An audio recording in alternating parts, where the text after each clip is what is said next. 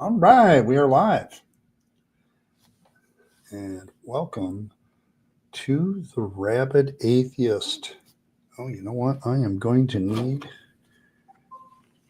my earplugs for this one.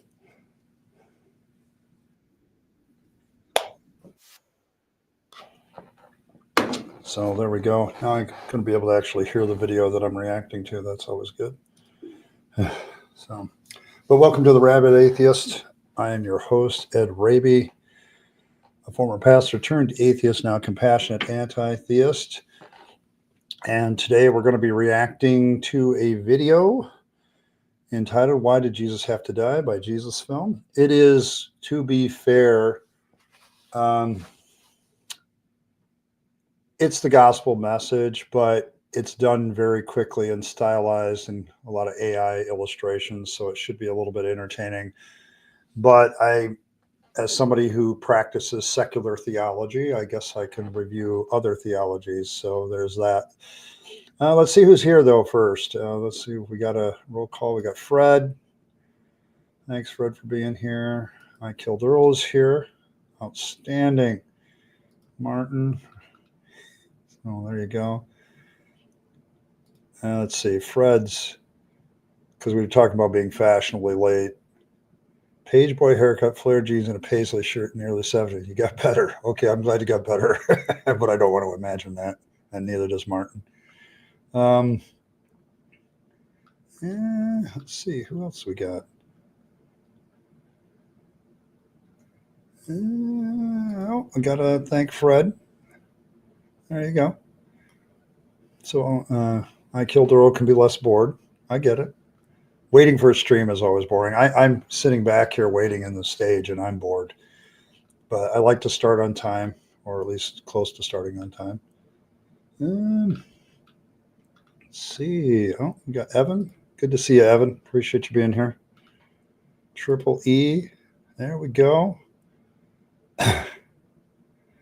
Yes, and before I forget, make sure you like and share and do all those things that YouTubers do. Liking the video helps get it noticed by YouTube even when it's live, so make sure that you do that.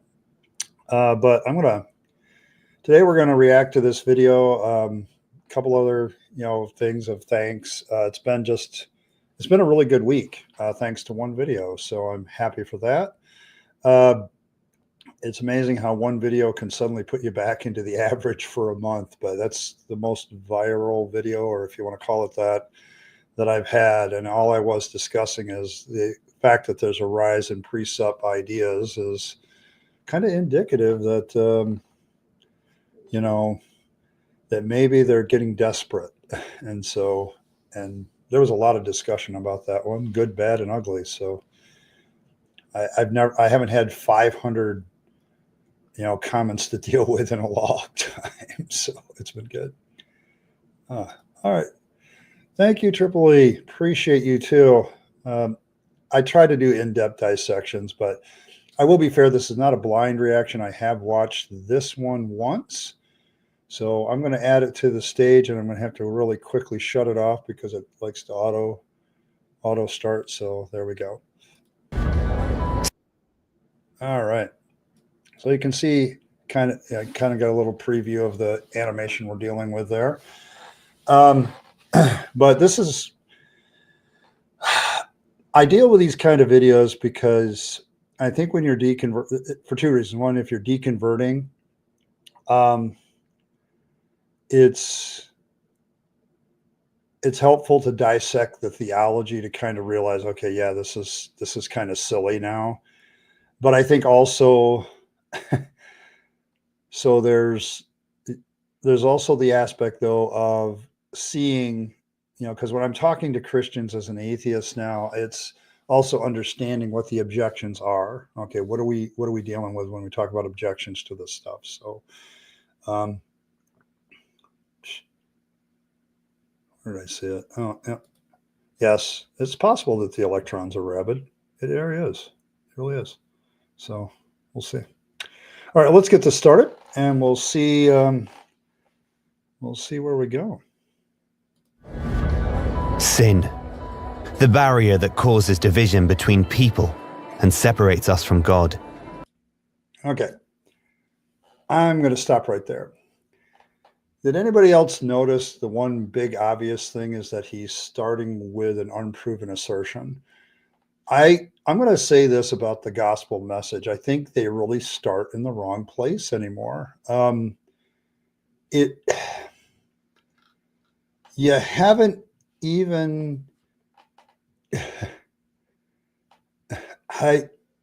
you haven't even proven that God exists, that your God is the particular one that exists. You haven't proven anything. You haven't even started that with the proof that sin even exists at all. And people, every time I do that, Christians will go, oh, but you see suffering, you see evil, you see all. I said, but that doesn't prove it's sin. Sin is a completely different category. Sin is this, if I take the biblical definition of sin is lawlessness, or sin is a transgression of God's law. Well, there's a bunch of assumptions behind sin then, that A, God exists, and B, that he gives commands, and C, that disobedience leads to sin, this thing you called that. So I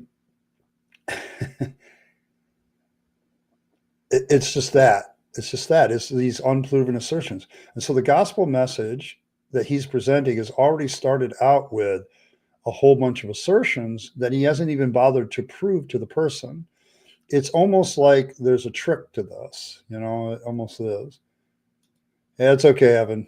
If you needed to get sleep, I've told people before, take care of yourself. Okay, it's the biggest thing. You only get one you, so take care of it. And let's see, I'm assuming this is the artist formerly known as Angry Asho. So it's good to see a salty cracker too. Oh, yeah. Radioactive. Could be Rabyd, radioactive atoms. I guess that could be the case. I mean, if we're going to make up a whole mythology behind the rabbit, what rabbit represents the rabid atheist, I guess we can come up with anything we want. So, yeah, made up of radioactive electrons. Yes, definitely pre-sup. Pre-supping is evil. Okay, indeed. Rabid rabbit. That's outstanding. Yeah, I mean, I realize that, but the way Christians use it, yeah, cause tan sin. Yep, rabbit the God killer.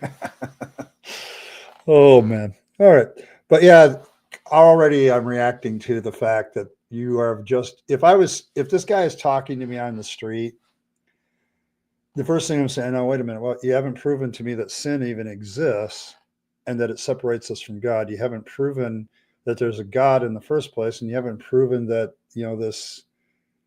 this God gives commands to be obeyed or disobeyed. So here we go. Here we go. We're already started.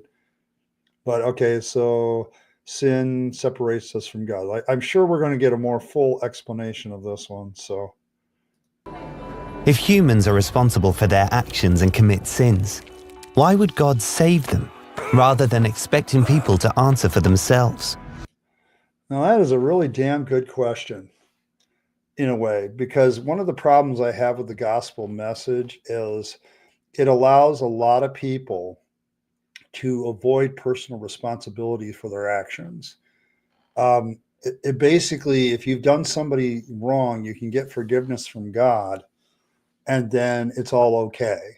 Okay, which it's almost like you have a religion here in Christianity that allows you to avoid personal responsibility.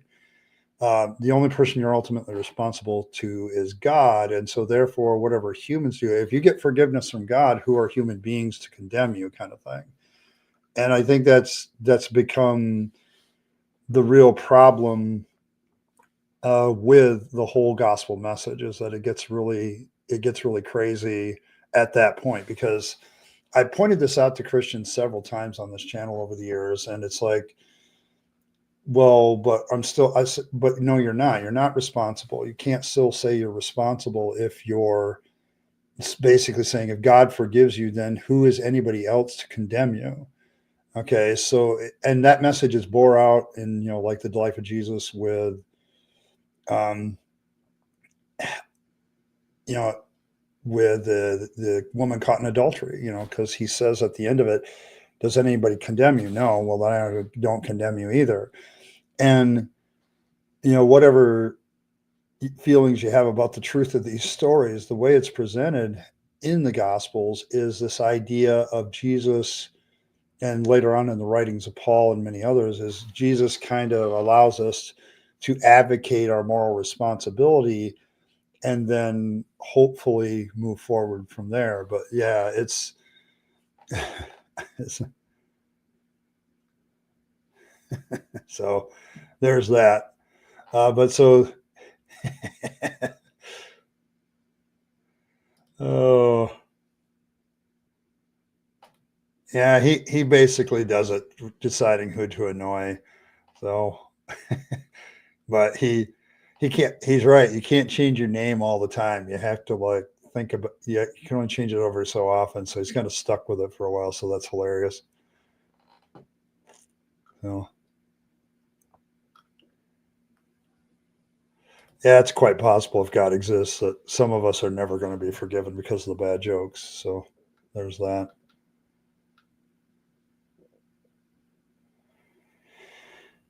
So there's that.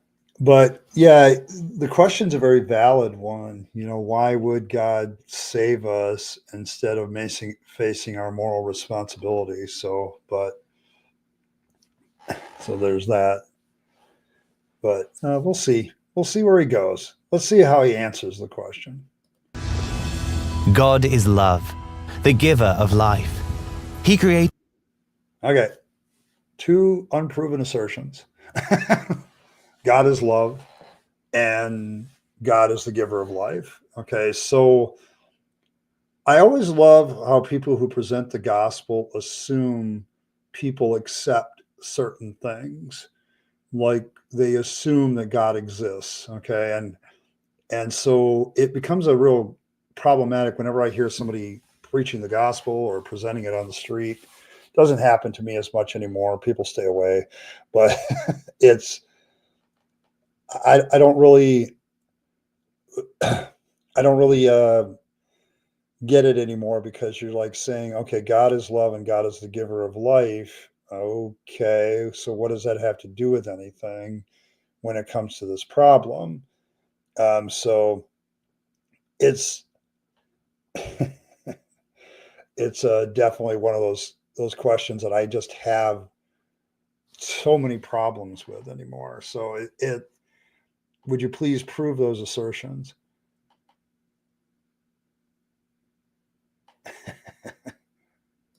Yeah, Salty Azo does work really well. That would be Rabyd Atheist approved, by the way, Azo. So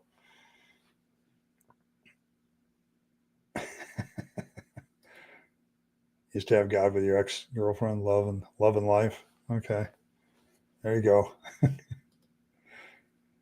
All right, but I wanted to point out the 2 unproven assertions. So what's the rest? Humans to be spiritually and relationally connected with him. But mankind chose to act against God's will. Okay, so what he said is God created human beings to be connected with him. Okay, then if that's the case, isn't God ultimately responsible for the problem? Because apparently the design was flawed,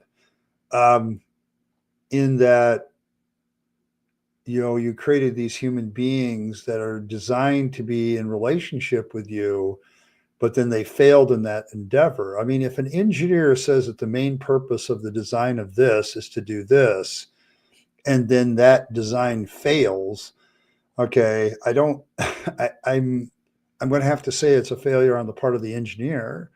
You set up the parameters, you set up the stuff. So why are you blaming humans for your obvious bad design? Okay, so I don't. So I I don't know what else to say at that point other than to say, if you have this God that you're postulating, why in the hell did he mess it up so bad? because he's the one that sets up the situation. So I'm not really sure at this point, with the gospel message. He's doing a good job presenting the gospel message as a Christian would do it. But once again, that's kind of the issue. That's kind of the issue is, okay, if God designed us to be X, but then we don't fulfill X, then obviously God's kind of a bad designer. Oh, man. To sin, separating us from God, the source of life. Okay, so God is love and life, but we screwed up and separated ourselves from love and life. He's drawing this right out of Genesis. So, seeing all the, let's see, we got how many alleged comments in the comments right now? Lawyer allegedly, buried allegedly, allegedly.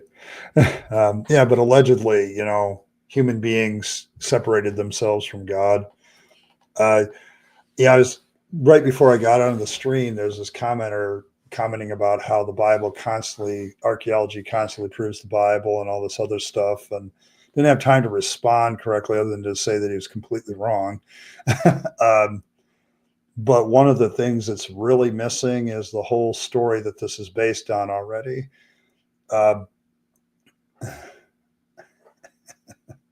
So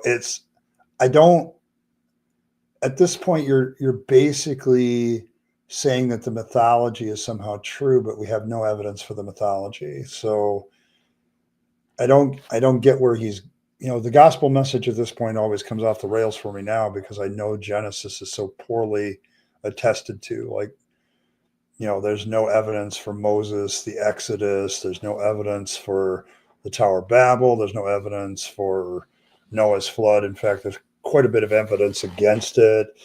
And so if I'm taking the track record of the book of Genesis and I go to the beginning where supposedly we sinned and fell and separated ourselves from God, I'd have to say that you're kind of off at this point, that I can't even prove that these events took place. And if they didn't take place, your whole basis for the understanding of sin is also wrong. So there's that. I don't know. We can play what if forever. I know that's what theists do with me, but what if it actually did happen? You can't prove it didn't happen. I know I get that from time to time. But yeah, it's like, I don't say what? Okay. Yes, I know what it's called. I'm calling into question whether or not it's even a valuable thing. I don't think faith is very valuable.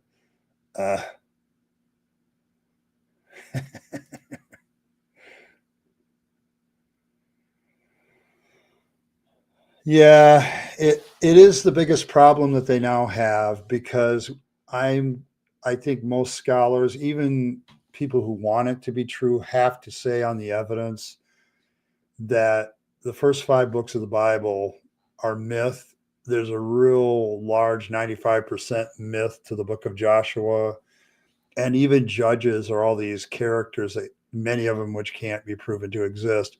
You don't really see a tie to historical accuracy with the Bible until you hit the stuff that was written in 600 BC or later. And that's because it's closest to the time that the people are editing and writing it. But anything before that is suspect. So even the Kings and Chronicles, somebody pointed out to me recently that there's some evidence for some of it, like Hezekiah, but the rest of it might be complete BS. So yeah. Yeah, I never met the woman either, Harvey. Yeah, and that's the other thing with the guy that commented earlier today on the channel. It's like, I literally go through this in Questionable Witness of how there's mythological content. And I saw a video today, I can't remember by who, but the title struck me, because it's like, if the Bible's historical, why does it have so much mythology in the Gospels? It was about the Gospels. So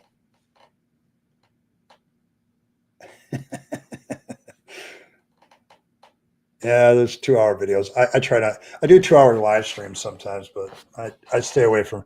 It's the one thing I've learned about videos. If you don't keep it under 25 minutes, there's a certain sweet spot that people will watch, and then after that, they're just done. That's why I do both. So, but I love doing the streams because I get to connect with all of you wonderful people. So, yeah, yeah, I can see that.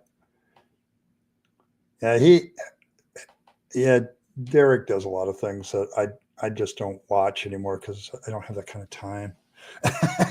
So just don't have that kind of time.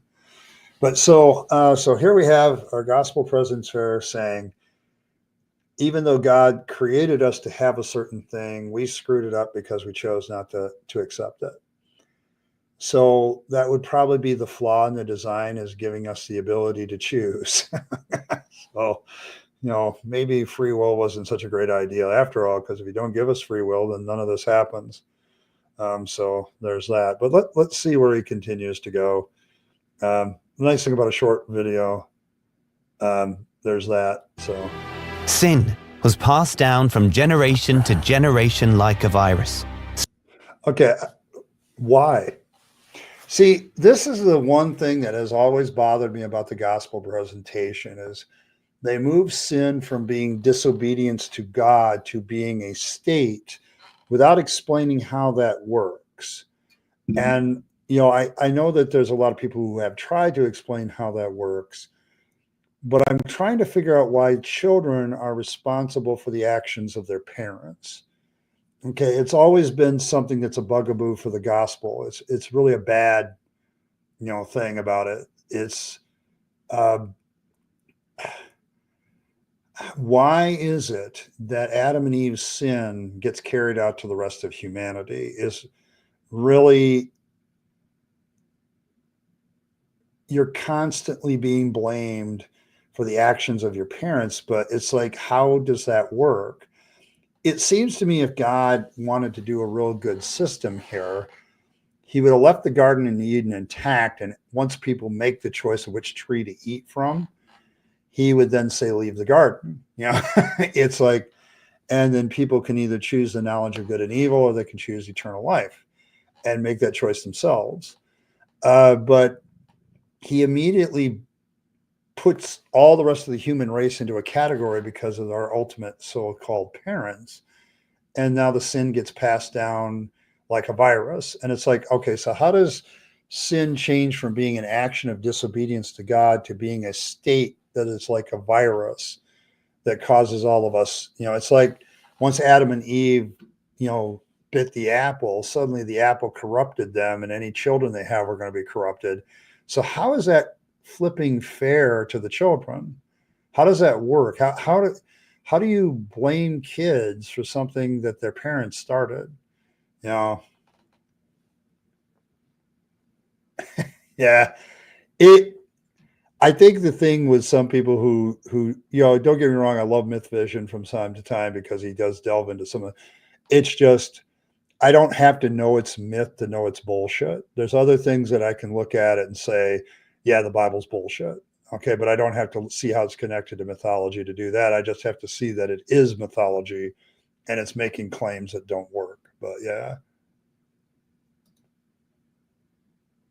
And let's see. Why is everyone sin? But Jesus got a pass. How does that work? Well, based on Christian theology of the time, because Jesus didn't have an earthly father. See, that's where the sin thing gets really weird because it's not passed down through the mom; it's passed down through the dad. So every sperm apparently has a sin disease attached to it. So that's where that happens. So it's called the site is called Jesus Film. So I agree. The animation's first rate. Okay, if you're going to animate the gospel, this is the way to do it. Because you're using a lot of symbols to represent a lot of the theology. But yeah, it's Jesus Film. So yeah, before the fall. Yes, it is hilarious.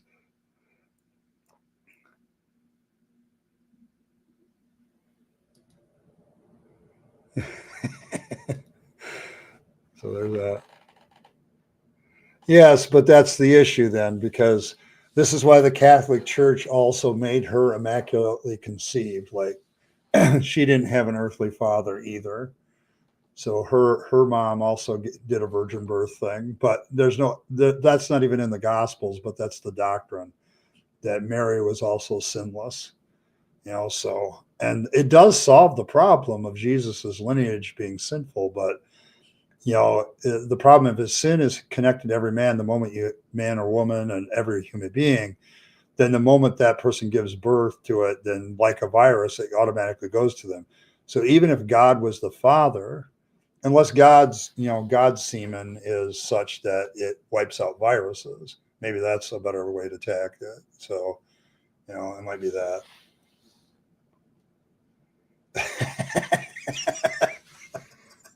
I love the way you put it, Earl. Shouldn't be damned to hell because some ignorant hippie nudist stole some produce in a booby trap mystical garden. I love that. Oh man. Yeah, I think this is where the circular logic does start, Merlin. It's you have exceptions all the way through the gospel message where people just spreading with humanity, separating people. My mistake. But yeah, it's the problem is, it is really circular. It's really bad because then you have to explain this, and then you have to explain this. Okay, well, Jesus was sinless because his father was God, but wasn't his mother a human? So wouldn't she have put sin into the equation? Well, she's immaculately conceived. Well, how does that work if her mother is a sinner? They always yell at us about some sort of infinite regress problem with the universe, but theology is so infinitely regressive. Okay, it is very infinitely regressive at times, and this is one good example of it. Talk about a bunch of claims without evidence. I left that stuff a long time ago, David. Sorry. Yeah, perfect Mary. Then you have to have perfect Mary's mother. So you have to actually have a perfect string of females all the way back to the beginning. So maybe Noah's wife was the first perfect female. Yes, that's always a great way that is what cults say. You have to have the hidden knowledge. Are you a Gnostic? Because that's what the Gnostics believed. The Gnostics believed you had to have this special mysterious knowledge to understand it. And if that's the case, then God is definitely picking and choosing who's going to heaven. And that kind of makes him an asshole. So another claim without evidence. Might time out, you guys. Yeah, no preaching here, please. Thank you. I think you guys took care of it perfectly. But yeah, I mean, if you're going to just say stuff without evidence and preach at me, I don't have time for that. Okay, give me some sort of proof that I can relate to. Yes, great perfection, mysterious rays. Hey, Alex, good to see you. I'm trying to catch up with the comments here. It's a good question. It's a really good question. I would be interested to see you do animation about that. I really would. Have some person die and then get born again to become alive. I mean, that statement alone is worth a lot of humor. So, yeah, he's gone. I don't mind theists here, but once they start preaching and start saying unproven assumptions, like it's, you have to understand you have to be born again to understand it. You have to have this special revelation of God. Well, then why doesn't that God give that revelation to everybody so that everybody understands it? You're literally making your God into an asshole where he's picking and choosing who gets to understand that stuff and who doesn't. So, yes, this is the infinite regression going back. Okay, that at some point you have a parent of one of these immaculately conceived people that has sin in their life. Okay, so my theory at the time was God's goodness overcame all that sinfulness. So basically, God's sperm inside of Mary overcame it all. It pushed out her sinless, and that the dominant gene is sinlessness from God. So yeah, and that's the thing. If you give Mary a pass, why not get everybody a pass? So it was mildly amusing. Yes, it is always mildly amusing when they preach, but my mods are pretty much on that. Thank you, mods. I just, I'm deconverted. Don't preach at me. I've heard preaching. I've done preaching for 30 years. So I know what you're doing and I don't have time for it. Come with some evidence that your stuff is true, or go away. Okay. So it's kind of like that. Let's see where he goes. Virus, spreading with humanity, separating people from God and one another. God's Okay, I don't deny the one another part, but I don't think it's sin that does that. I think it's religious tribalism that certainly is, for a long part of our existence, has kept us away from each other. Because my God's got a bigger dick than yours. So,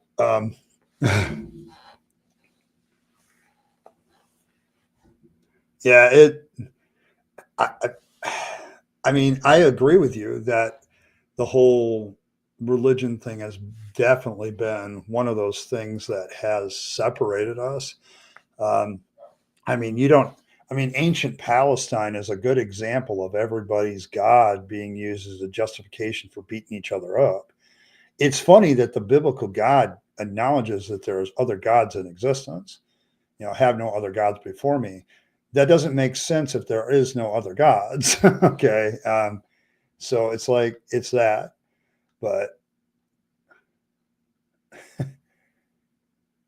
I would rather time people out. Okay. But I'll make this call based on 5 years of being on this channel. Yeah, he'd come back and do the same shit. So yeah. Yeah, I mean, I would rather time people out, and you can do the 30-minute timeout. Just that's it gives them so long that most of the time they just like walk away and then they can come back. But yeah, he never calls, he never writes. He is a disappointment.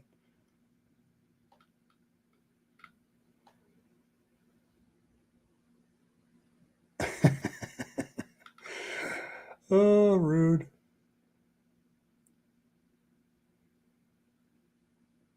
Yep. Because none of that shit means anything to me more. I like the art though. I very much an appreciator of art. So, but it doesn't mean shit to me. Symbols don't mean shit to me anymore.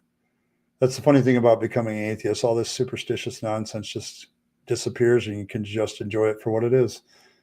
So, claim without evidence. Here we go again.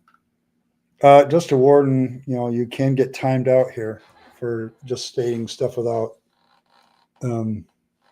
proof. So, yeah, the archaeology says that the Israelites were actually the Johnny-come-latelys to the area. So they had kind of one guy put it, an inferiority complex for being the late coming tribe, so to speak. And so they did kind of like create a God that was kind of insecure. I mean, if you read the Old Testament, he's a very insecure God. I prove that every time with when God kills or some other thing I deal with. So there's that. Yeah, I would agree with that. Yes, and this is the other question that we're going to get into in this video is why does he wait so long to send Jesus in the first place? It seems like if that's your ultimate plan, just spring it immediately and then everybody can know the benefits of it. But it really looks like God keeps changing his mind about how to deal with humanity all the way through the Bible. So it changes the parameter. I mean, the whole idea of, if you know anything about Christian dispensationalism, that theology, is all trying to justify how God changes his mind and redeems people different ways throughout history. And so you could argue then, well, then Jesus is just the latest. And we're going to go ahead. So, yeah, it happens, Martin. I mean, I prefer timeouts first and then banning, because you never know when one of these people is going to, shall I say, see the light, so to speak, and come back and say, hey, man, sorry. I've had that happen 4 times. So, where people have privately messaged me, I was really against you, but then I thought about what you're saying, and you know what? Now I'm deconverting.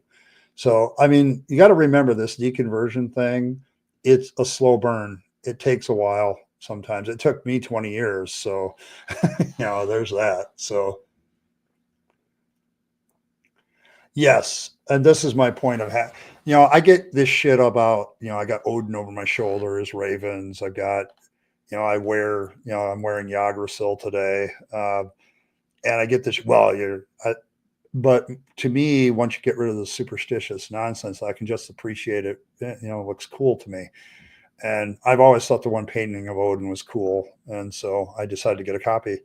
So it's, I mean, I've got, Odin and his wolves and ravens on my damn phone as my screensaver. So it's like, it's, and here we have in our video, this is definitely Egyptian stuff that the creator is using. So it's fun. So it took 2 days for his great plan.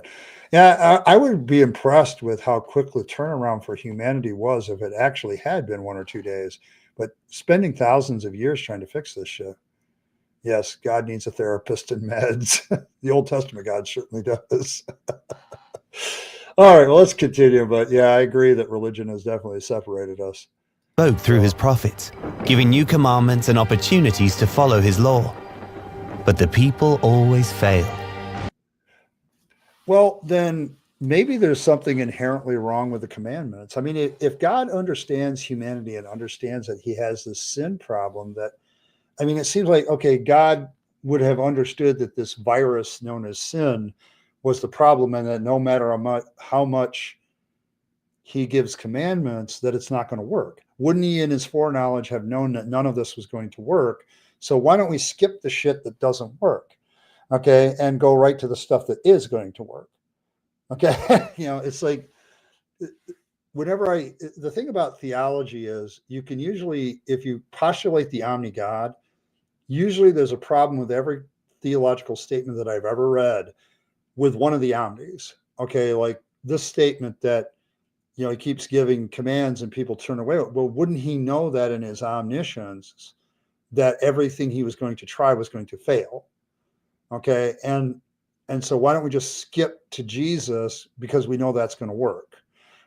Okay. So I don't understand how people can't see that. Okay. I can't. Yeah, shock treatment might help too. Yeah, me too. So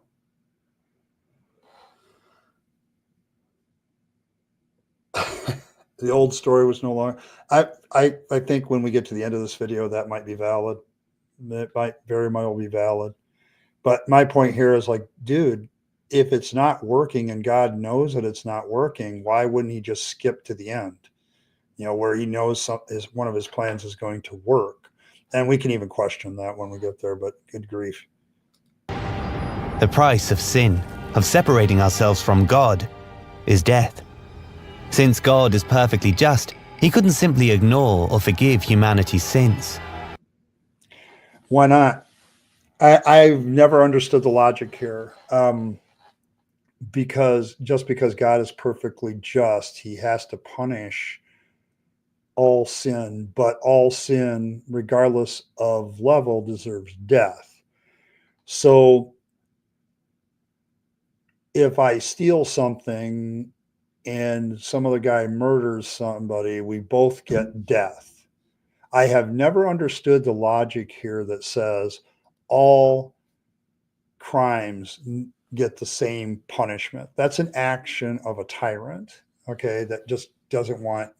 I mean, I've read so many stories about the absolutist type government where every infraction is death. And I, I don't understand it. I don't understand why, in our own sense of justice, I'm not going to cut off the hand of the thief. Okay. It's, I do not understand. I do not understand the logic here anymore of how justice, if God is perfectly just, then why is the punishment for everybody death? Why is eating an apple punishable by death? Okay. It's like you're sitting there talking about justice with an assumption about what justice is when you give the gospel message, but you never, I don't, you never justify why every sin deserves the same punishment. Okay, he's going to give a few. You're going to see a few examples in the animation. So I want to play that for a little bit. But God is holy and righteous. His uncompromising nature means he must judge and punish sin. Okay, so he must judge and punish sin, but the punishment is the same for everybody and for every sin. So, in other words, we have, somebody who lives a pretty good life, never kills anybody, never steals anything, but doesn't accept that God's forgiveness through Jesus, which we're going to get to in a minute. But it's just then to throw that person into hell right along next to Hitler. Okay, like both of those people deserve hell. The real problem that I've always had with the afterlife scenario for the Abrahamic religions, particularly Christianity and Islam, is this: it seems really all or nothing. And how do you justify justice in a system that basically kills everybody that infractions even the most minor offense? How is that justice? And it's like, like someone eating a shrimp, so you can go kill goats. Oh, so there's that. I think the problem with doing anything animated is the assumption that it's for kids. And so, he's stylizing violence. He never actually shows the guy actually stabbing the person. He never actually shows, like, you can see the one instance is about probably to lead to a sexual assault, but he never really actually shows that. But if you're an adult, you can kind of pick that up. There's a couple things in this part of the video that, yeah, I mean, would I do it for kids? I don't know. I think a large, long-standing assumption with animation is it's for kids. But if you look at the history of animation, some of the first cartoons were adult. Okay, they were done for adults. So, yeah, but I get what you're saying, because this is the kind of thing I can see them showing in a church to everybody. I mean, looking at it from a ministry point of view, would I have in the past in my fundamentalist days shown this video up on the screen? Absolutely. Which would be kids, teenagers, everybody. And so I can see what your concern is, because some of it does approach that point where I don't want to deal with children now. But yeah, I get it. So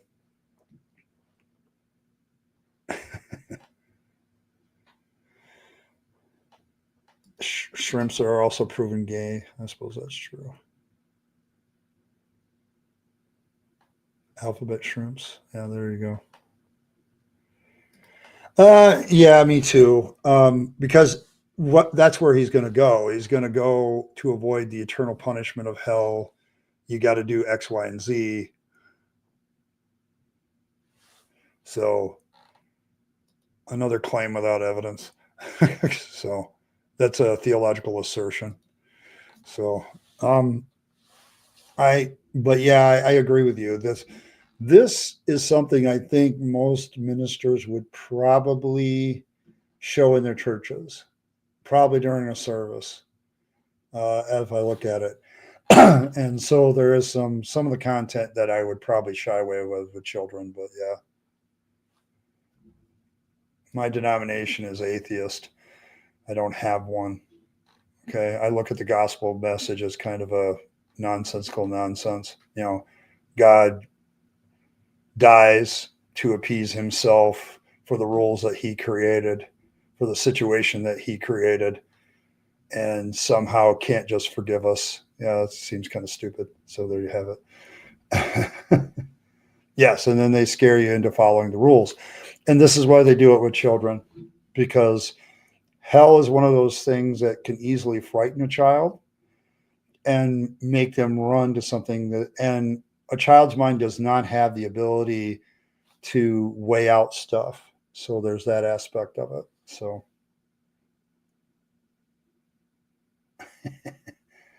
well, thanks for the apology, but no, this is an atheist stream, and I'm doing what I do, which is, as somebody with a master's degree in theology, I kind of look at theology and have fun with it now because it's silly.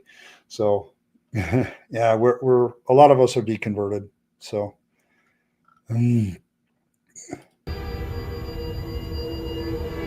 So wouldn't it be up to us to earn God's forgiveness and avoid judgment? That's another damn good question. I mean, if we're, see, this is where it gets really tricky with me with the gospel, because this is where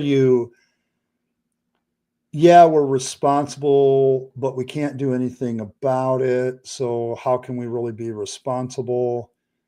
And so God lets us off the hook by basically giving us a free pass. So how are we ever going to learn responsibility if God just graciously gives us a pass? Because it's discussion about a non-existent entity, as far as I can tell. I mean, I can illustrate this, by stating that every god and pantheon has a theology. So would you say that Odinists who believe in Odin, who engage in theology about Odin, are silly? Well, I feel the same way about the Christian God now. After 40 years of being a Christian and 20 years of being a pastor, the more I looked at theology, the more nonsensical it became. And anybody who really looks at it, so there you go.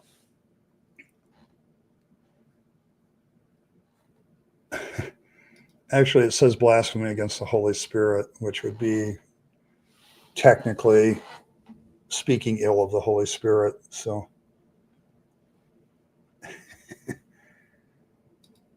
freebasing that.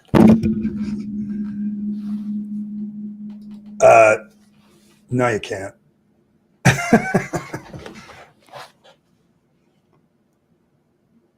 That only proves that the editing process was really good since 600 BC. It doesn't prove anything. So, sorry, I've listened to the claims of proving God in 1 minute and debunked them. So, there's tons of videos on my channel doing exactly that. So, nope. So, yes, Isaiah 53, which is misinterpreted to be Jesus, because it literally says that he's talking about Israel. And so if you use that verse, you're pulling it out of context. It does not predict Jesus. It talks directly about Israel. Okay. And it has no proof that it's connected to Jesus. That's your assumption that it's connected to Jesus. So,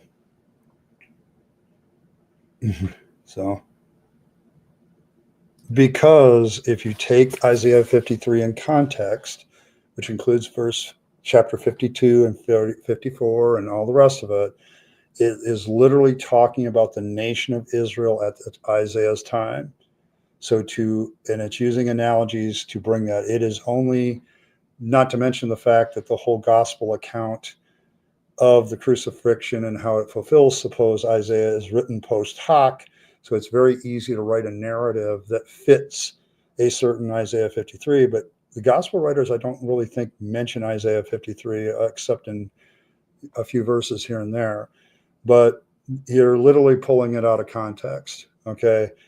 The context is all about the nation of Israel. It is not about an individual Messiah. That is an assumption by Christians that used it later to write their Gospels.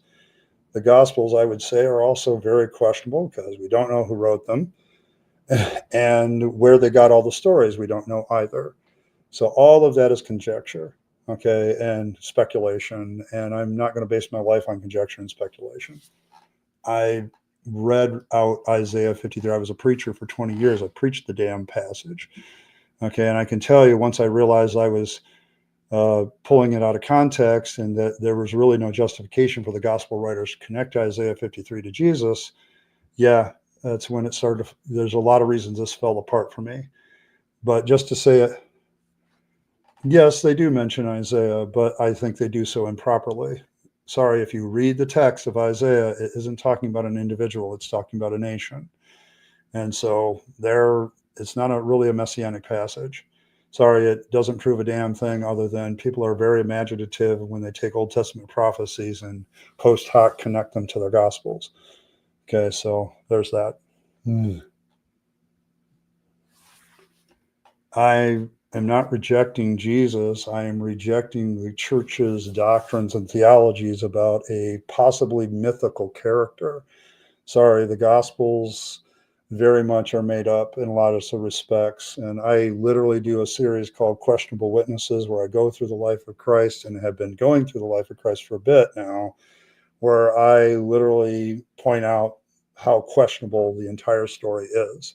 So I'm not going to base my life on something. As far as rejecting Jesus, yeah, I'm sure you're going to say that now I'm doomed. That's a nice claim, but there's no evidence that he did all of that. In fact, there's a really good case to be made that Jesus was a mythical figure. So, yeah, the whole narrative is really about it's about the nation of Israel. Okay, Salty Crackers, right? The artist formerly known as Azo, it is very much. And so, for the gospel writers to even do that, they are creating a biblical interpretation error themselves. They're not practicing good hermeneutics. So, and they're pulling it out of context and using it any which way. Matthew tends to do that a lot. No, they don't. That is very questionable. Not everybody doesn't know that they existed. Sorry, there's good cases that there is very much a good case to be made that Jesus, at best, may have been a rabbi that people attached a whole bunch of mythology to. Okay, there's plenty of channels that are dedicated to that. There's even historians that have debated Christian apologists and pointed out that very fact. Because the problem with the historicity of Jesus is you base it on the Gospels, and the Gospels, we don't know who wrote them. They're all anonymous, and the sources for all their stories are anonymous. Okay, so very poorly cited works, okay, that don't have any historical value because of it. So there's that. So, yep, sorry. I've gotten rid of all that. And that's what makes theology ridiculous to me. Everybody doesn't know that. In fact, there's a lot of people that question that. You're stating things that I know are demonstrably false. That's a demonstrably false statement. Skeptically. Good to see you.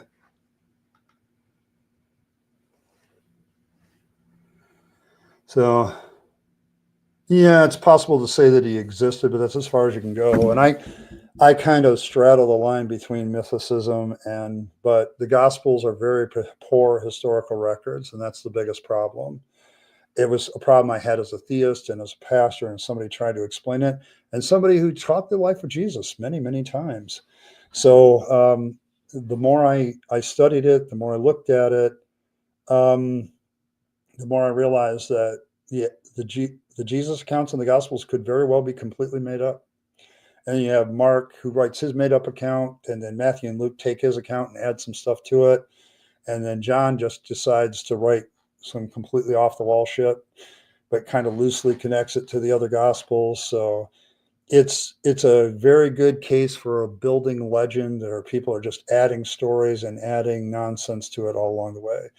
But everybody does not know that Jesus died on a cross or even existed. There are definite historians who challenge that notion and have very good reasons to do so. So, you need to get out of your echo chamber a little bit more and go read other scholarship that isn't completely from the church.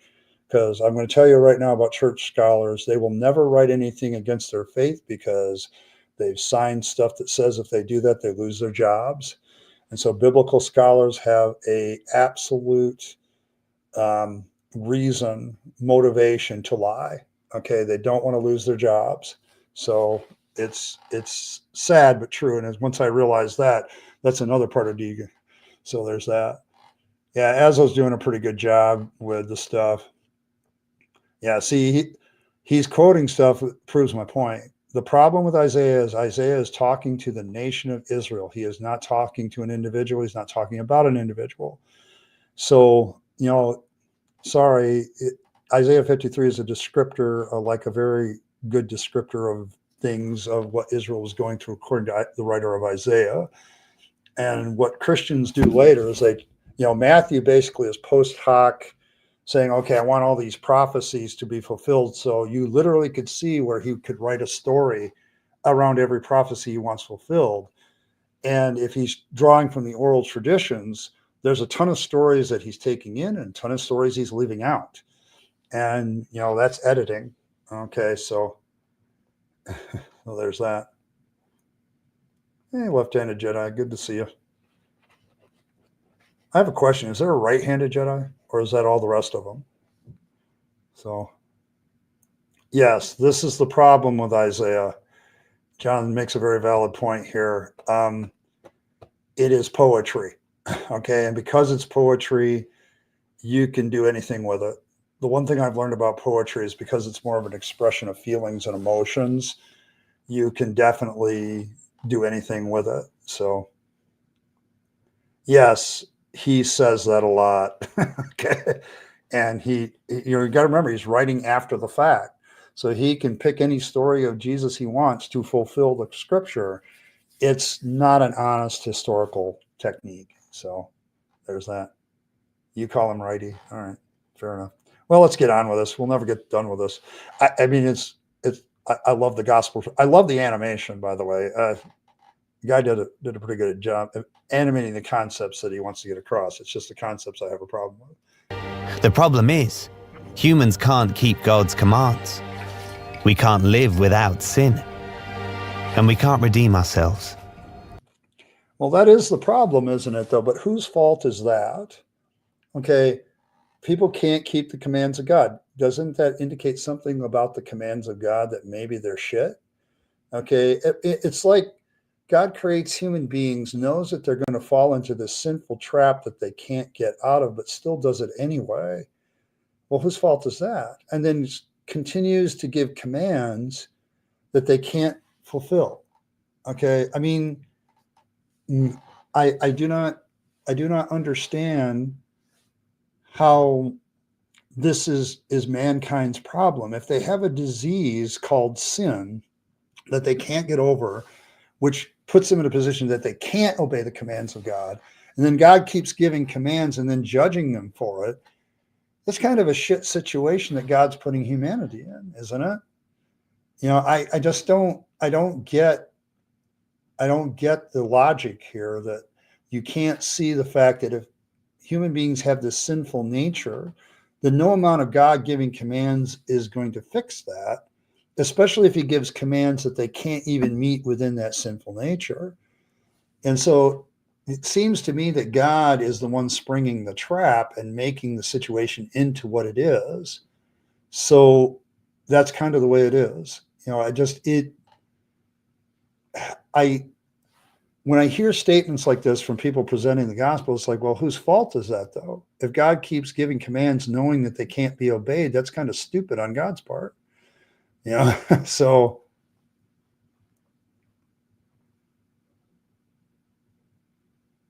God's choice and the serpent's choice, the outcome does not have to be evil. Yes, somewhat valid. Yeah, I mean, so I think that the thing with it is, when you look at the Garden of Eden story, though, is who told the truth and who lied. it's been my basis for saying that maybe the serpent was the good guy and Yahweh was the bad one. It's so there's that. I don't know. Yeah, and I think this is this is the gospel he's presenting, and this has been my problem with it. If any of you know my story, it's that quote from Dan Barker that God equals the square root of one here is of negative one is giving me is this was my problem. It's like, okay, if sin is imaginary and doesn't actually exist, then the whole of the gospel is an imaginary cure to an imaginary problem. And that absolutely rattled in my brain for a long time. And that was the turning point for me rejecting Christianity's doctrines and theology as nonsense. And it's this moment where your logic is, okay, if God keeps giving commands knowing full well that humanity's sinfulness will not allow them to keep them, but then continues to punish them for something that they can't escape, and he knows that they can't escape it. That's just stupid. Okay, it's just stupid. So there's that. Well, let's go on. I got half this video to go yet. It would seem like we're doomed. Except God doesn't want his creations to die. He is merciful and loving. Okay, so God doesn't want his creations to die, and yet they do. Okay, all-powerful God, omniscient God, can't create a system where people don't die and still cause them to grow and develop. Seems weird. So, but yeah.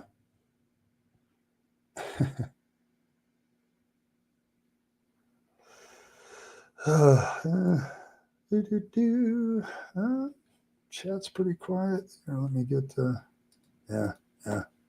All right. But yeah, let's continue. And wants us to be restored, living with him in full life, beginning with Ibrahim and continuing through other prophets over the centuries. Okay. Well, now I see another problem. Abraham is as mythical as the Exodus. Like, there is no evidence that the patriarchs even existed. It's as far as I can tell, it's a made-up story. There's no history that backs it up. I mean, if you're going to say that God is being giving all this revelation throughout these years, but Abraham, Paul's whole point later is Abraham isn't under the law, so he doesn't even really have any commandments to go by, and yet he still has the state of sin that kills him. So this is where the presentation of the gospel gets historically problematic, because if you're pulling out events that basically don't have any proof for them as your basis for your theology, what do you have? I've made this point several times to more liberal Christians, like, well, I know it's metaphor and all that, but it still can have meaning. And I'm like, then you disagree with Paul, because Paul says, if you didn't walk out of the tomb, we have all people most miserable. And if you're going to serve the Abrahamic God, I would say all the Abrahamic religions have to acknowledge one thing: the giving of the commandments. So, yeah, what else do you do? I mean, I don't understand how that works if none of that is historical. So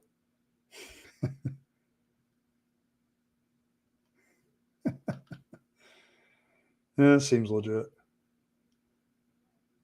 Yeah, loving as well, but doesn't show it much. That's another good thing. The problem of evil argument still comes up with me all the time. And my problem with it is, like, God is literally there every time something evil happens to another person and does nothing about it. If a human being did that, they would be considered evil. Why does God get a pass? So, I don't think he shows it much, but I also think quite the opposite is true.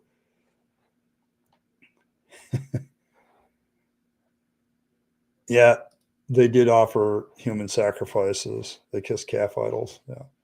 Thank you, Earl. Who got those? Let's see. Left-handed Jedi, the Merlin, Lisa for Truth. Trump librarian, Mr. Peabody, all got gifted memberships. Thank you. Hey, Lisa, I'm glad to see you. If you're still in the room, but I want to apologize for being kind of abrupt with you the other day. I was trying to make a point about politics and doing stuff, and I think I came off a little bit harsh to you, and I didn't want to do that, so I do apologize. And I do have to ask how you're doing, because I know you're going through a rough time now, and I didn't get a chance to do that to the Deconverters stream, so I just want to know how you're doing, because I know you're going through a rough time, so thank you very much. But thanks, I Killed Earl. I appreciate you. Earl is doing a lot of things for the channel, which will be revealed later, but appreciate her. All right. Okay, so God revealed piece by piece his plan to send the Redeemer who would pay the penalty for mankind's sin. The Redeemer is Jesus.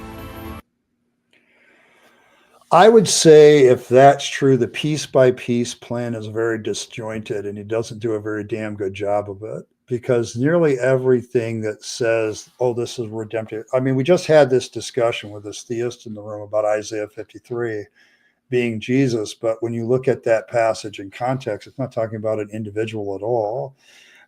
So, yeah, it's just, it's one of those things that I don't understand as much anymore, because I know the Bible too well. And the more I study the supposed prophecies that were fulfilled in Jesus and all the precursors, I mean, it's easy to write a story that does that after the fact if somebody else has already written a story with a whole narrative base. So I don't know. So there's that.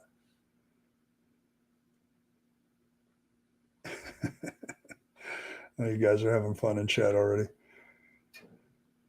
Yes, Jesus sigh. Yeah, yeah.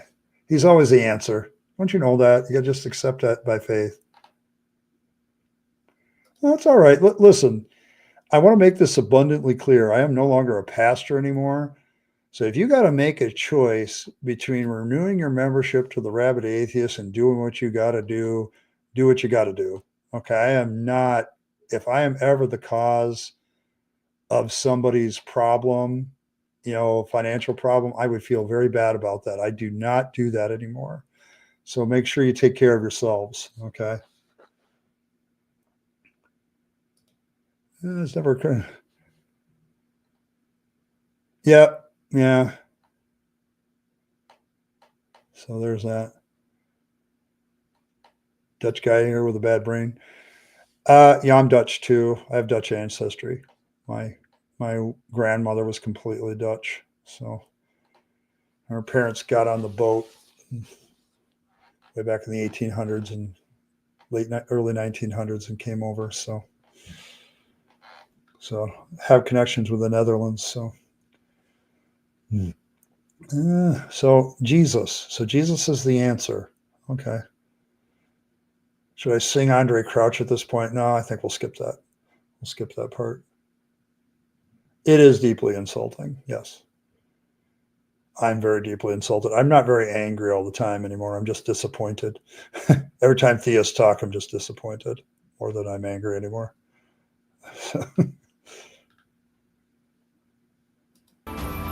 He descended to earth from his place of glory in heaven, took on human form, and lived the sinless life we never could. Then Jesus willingly took on our sins, enduring the punishment of death for us once and for all. But he could not be held by death. Jesus rose from the grave, conquering. Okay, there it is. The whole thing, the whole gospel message, that Jesus came to earth. He was sinless. He left his throne in heaven. He lived a sinless life, taught us the way that we were supposed to be, died on the cross, suffered and died, and rose from the dead. And that is the answer to the problem of sin. So God sacrifices himself to appease himself of the rules that he created in the first place. And somehow this makes sense to people. So So there's that. You're always the answer. Oh, mm. You know, I, I'm glad this came up, Merlin, because as a former pastor, I now realize what a horrible thing it is to say, because it's really, you're not dealing with a problem. When people have just lost a loved one, for instance, you can kind of comfort them in the fact that there might be a heaven and all that jazz. But I don't think that that's a very comforting thought to them in the here and now. It gets, and also I'm going to say this, having done a few funerals, quite a few actually. I did more funerals than I did weddings because Christianity is dying a little bit, quite literally. Um, but it doesn't answer the question. It doesn't. It the person is going through some emotional trauma, and that just it's a non-answer. It's a hand waving, so you don't really have to deal with their situation. And grieving people, it doesn't really happen that they want to hear that answer.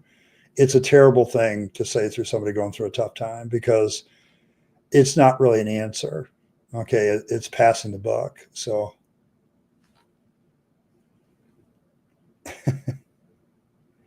uh, why do they always show Jesus? I thought he was supposed to be poor. Well, it's another thing about Jesus. If you're going to use Isaiah 53 to describe Jesus, which I think is improper, it says that he had nothing about his outward appearance that we would acknowledge him. But I'm glad they made him a little bit browner than they usually do. I mean, because he would have been Arabic. But the white Jesus trope is ancient now. But it's like they make Jesus into something that he may very well not have been. I mean, the whole issue of he lived a sinless life is a claim, that in order for them to prove that, they would literally have to record every minute of Jesus's life and show how he was perfect. But we get this very brief, non-historical, oral tradition look at Jesus that can't be verified. But yeah, I'm not sure though that a carpenter was poor. Okay, there was a small middle class in ancient Rome. There was either the poor, or the middle, or the rich usually, and then a middle class. But craftsmen and stuff like that.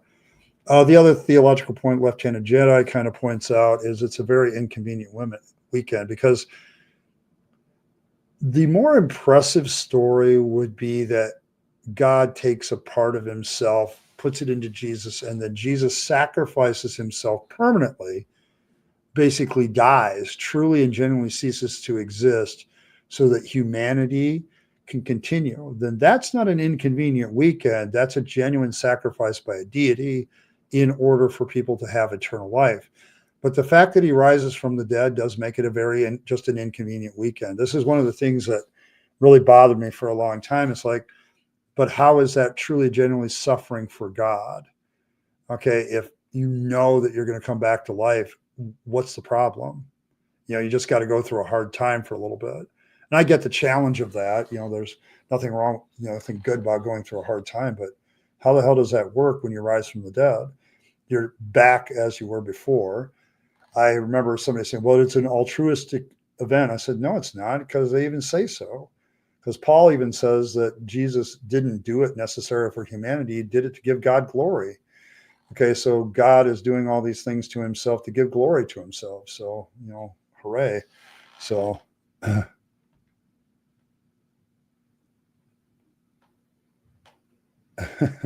yeah, yes. This is the other thing about the whole sin question. And Earl brings it up in a very graphic way, and I don't want to focus on that, but it's a good point that sometimes shitty things happen to people as a result of other people. And so, how is that fair for them to go through that suffering? Uh, Poor people need their 6-packs to make it through the day. Different kind of, but yeah, it's not there. Okay, it just isn't. Different kind of 6-pack. Okay, none were had left unscathed. That's true.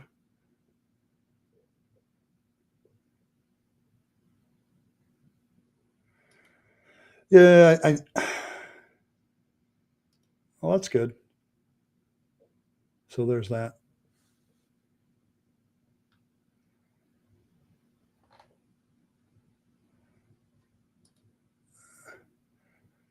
Yeah, there's another aspect. Why does God, that was one of the few stories that's in all 4 Gospels is that one, is the feeding of the 5,000.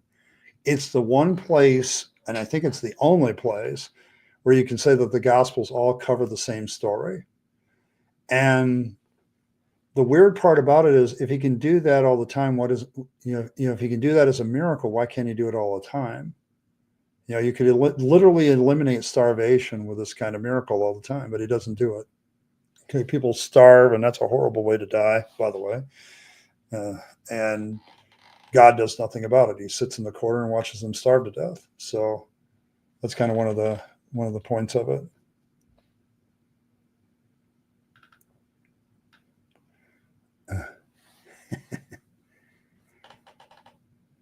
Let's see. I combined that with my consuming grief and addiction until he OD'd a few years ago, and the good news falls on deaf ears. Yes. It seems like the people that would be most responsive to the message of the gospel would be people like that, but they don't respond and they check out. Okay. But the good news isn't really all that good when you really think about it. It's funny how theists always want to bring out the good things, but they never want to talk about the evil things. It's like the argument from beauty illustrates this well. All the beautiful things that God creates is proof of creator. Well, what about the ugly shit in this world? Is that proof of a non-creator or something to that effect? Did he create that too? So I don't know. It's, so Jesus is this answer. This is the thing. So I'm going to continue on with this guy. He's kind of rose from the grave, conquering death and sin, enabling us to have a restored relationship with God. How does that work? I used to preach that all the time, but it's like, if that's all it took, an inconvenient weekend for God's Son to restore our relationship to God, why doesn't he do that immediately after the fall? It would have made a better story, by the way. But once again, I don't see that this is really all that much of a sacrifice if you know you're going to rise from the dead.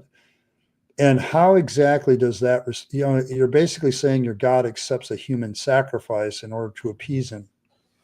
And he's willing to sacrifice his own kid. It's like, it's the Jephthah story, only God's playing the role of Jephthah too.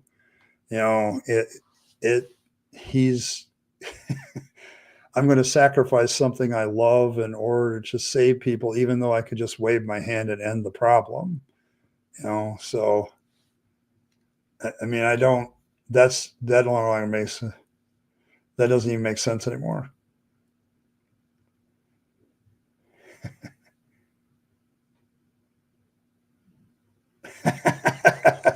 Yeah, it's true.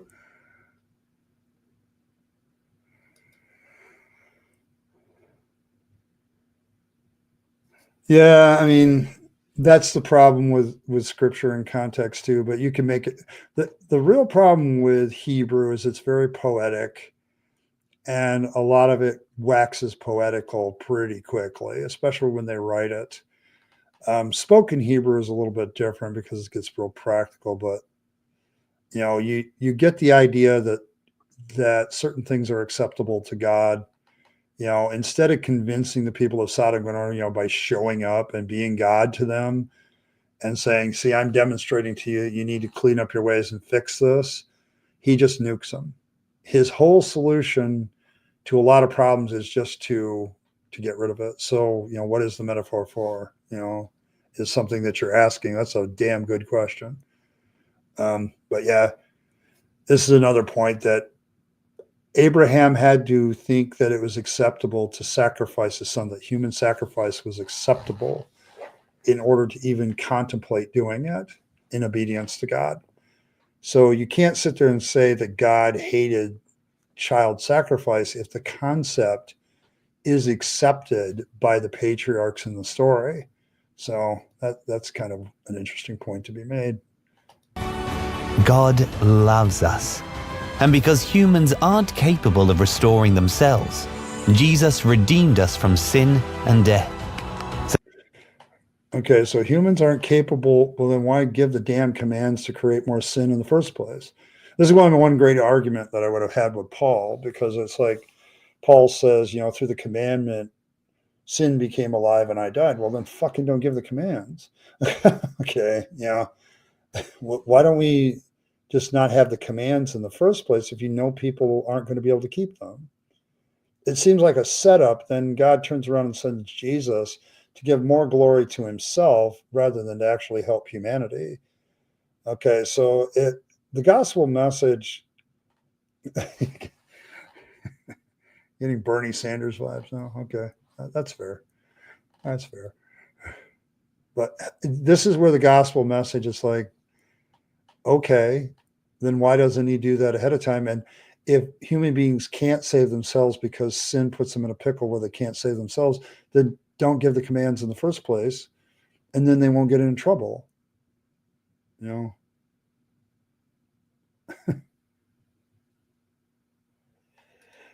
I appreciate that you say that.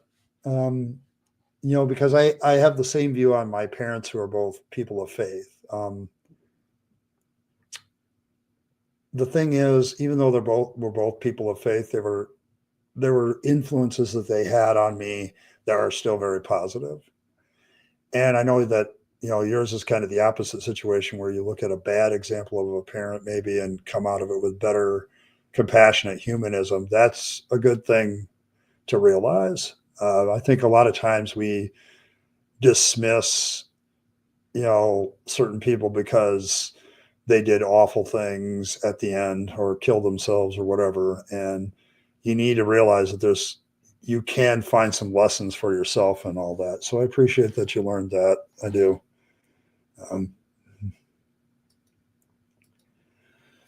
It gets even worse. Okay. Because whenever I talk about, so how far does this go? If Jesus Christ redeemed people of all the consequences of sin, why doesn't every Christian walk around buck naked?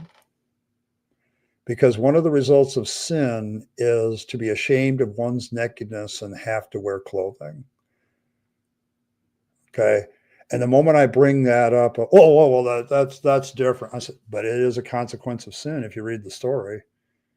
Why is it that Christian women still have pain in childbirth then? Why is it that there's still, a real work to getting the ground to produce things? Why, all the curses seem to still be in place on their practical level. And yet somehow Jesus saved it all and removed it all. Why? I know a Pentecostal answer to this is, and some people's answer to this is like the day of Pentecost is the reversal of Babel. The why does the nature still groan if Jesus paid it all? It's like if all the effects of sin are done away with and reversed, there's a whole packle of questions. Okay. Like, okay, why are men and women in your Christian churches still considered subservient to men? Because that's a result of the fall. Before, they stood kind of as equals. And, the nakedness thing is something that many people have brought up. Well, then why aren't you Christians walking around without any clothes? So why haven't the legs been restored to snakes? Why, so yes, it's ironic because in the perfect state of humanity presented in Genesis 2, nudity is the perfect state. Okay. Many atheists have brought this up to them. It's like, why aren't you guys walking around naked? Now, I will acknowledge this. 2 times in history, there have been certain Christian sects that have taken that and become nudist sects of Christianity. I think they're called the Atomists. And 2 times in history that has surfaced. In addition, those societies also treated men and women as equals. They couldn't really deal with the problem of why their women still had pain in childbirth, stuff like that. But they were trying, okay, well, if that's the case, then it's just our failure as humans to recognize that God has moved us back to pre-fall condition through Jesus. So there have been people in history that have done that. So this is what they don't want to say. That's morally wrong. I said, why? Sorry, go back to the fall. Everybody's naked until they sin, and then they sin, and then they have to wear clothes. Okay, so it's like, okay. So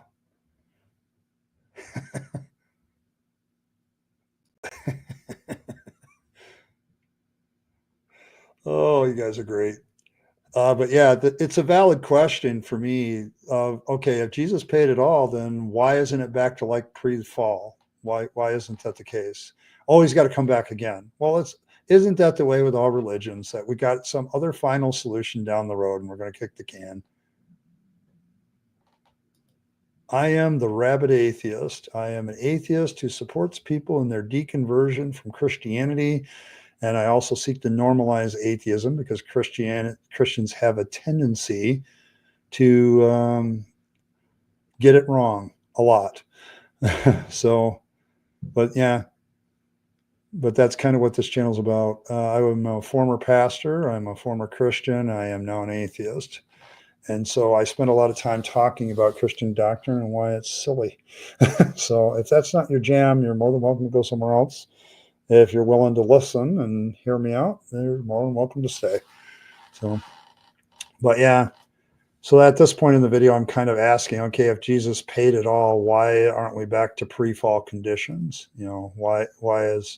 Seems like Christian women would be flocking to Christianity, knowing that if they accepted Jesus, they wouldn't have any pain in childbirth and no menstrual cycle anymore.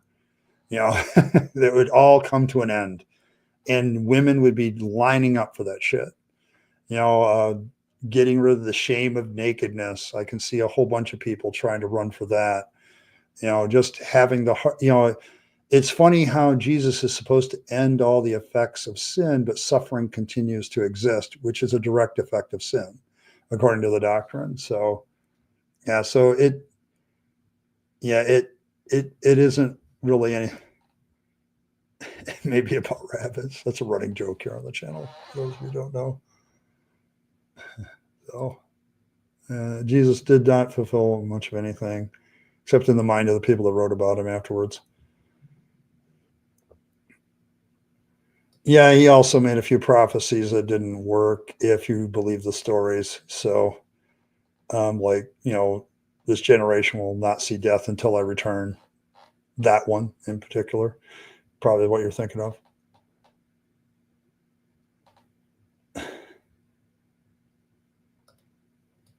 Yeah, that's a lot of us.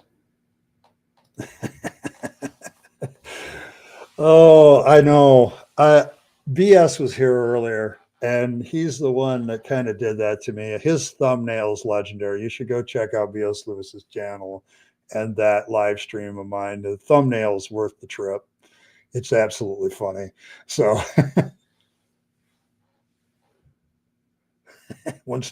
yeah, exactly. That's my point, Michael. I mean, if Jesus reversed all the things about the fall, I have a lot of questions. I still have a lot of questions.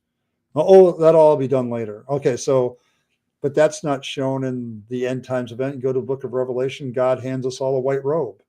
So, I don't know. Maybe that's what heaven is. It's just one big sauna where everybody gets handed a robe because they're naked. So I don't know.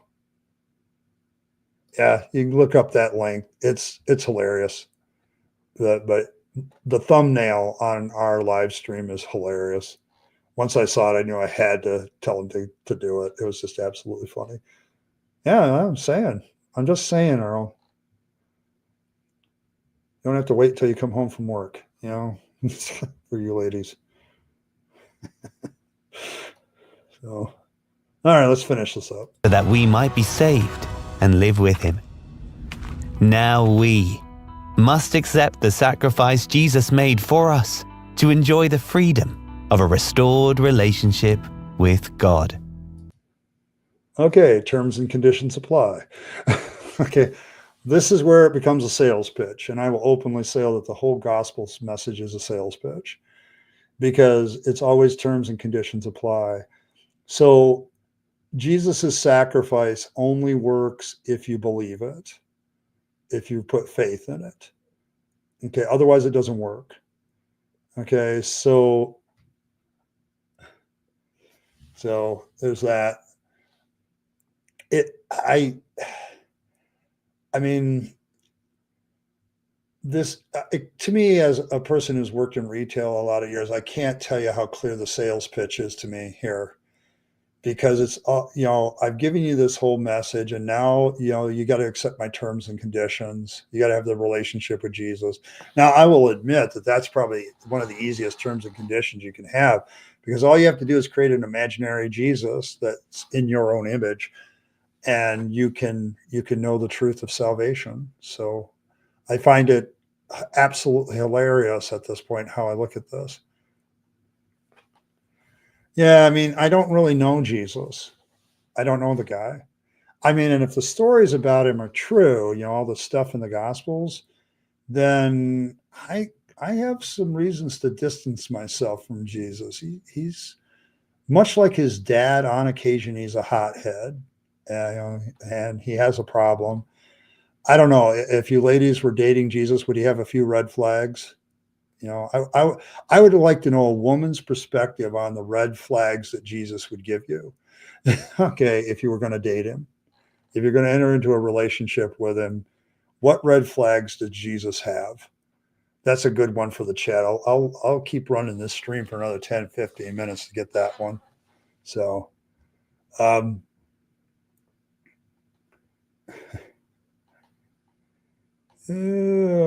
yeah, there's a good, that's actually, there's some good evidence for that it's referring to Nero. Revelation is definitely written after all that crap, though. So,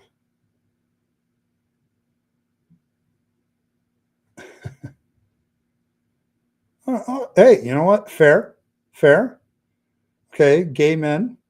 Are there any red flags that Jesus gives too? If you're gay, you can comment on that too. Anybody that would be attracted to the heterosexual male Jesus or homosexual male Jesus, as the case may be, if you would be attracted to Jesus, the beard is cool, the hair is cool, he's got darker skin, he's got a good tan. I don't know what the piercings are about in his hands and stuff, but you can get. What would be the red flags that Jesus would give you? Okay, what would he give you? Because if you're going to form a relationship with somebody, you should probably know what the downsides are as well as the upsides. I'm not sure. See, one of my red flags would be Jesus's dad. He's kind of a dick. Okay, he's really an asshole. Okay, because he asks people to do all kinds of shit in his name for his glory, and he's even willing to kill his own kid to solve a problem that he created. So, I mean, it's the family. I think the family might be a red flag. I'm just saying. Okay, I'm just saying. So there's that. Yeah, I mean, and also as a red flag, he's kind of a rules lawyer. So is Jesus an attorney? I've always wanted. They say he's a house builder, carpenter type, but is Jesus an attorney instead? Because he's trying to get you through a loophole. Okay, so yeah, they talk about free will earlier, Michael, but it's the free will is only useful to this gospel message to get you into the problem because you chose the evil, but they never talk about how because of sin you're incapable of choosing good. Okay, so they don't want to talk about free will then. So, but yeah, so does I mean, I'm asking, is there any genuine red flags about Jesus to people that would be attracted to him? Because they're talking about entering into a relationship. Um, talking about a relationship with Jesus. What would be a red flag for Jesus? I'm very, very interesting.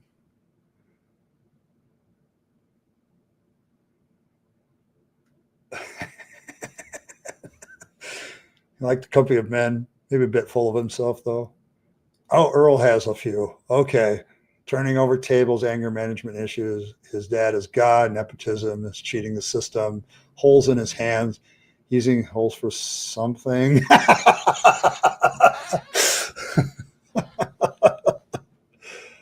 Oh, strange that they would need money for food.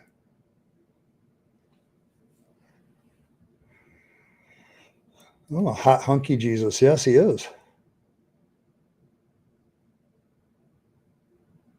There isn't really any difference. Um, every religion has cultic behavior. One put it this way, if you want it, a cult is a small religion and a religion is a very large cult. So I'm sorry, I find most Christian denominations very cultic. So yeah, he does look like Ewan McGregor, doesn't he? 12 disciples cough.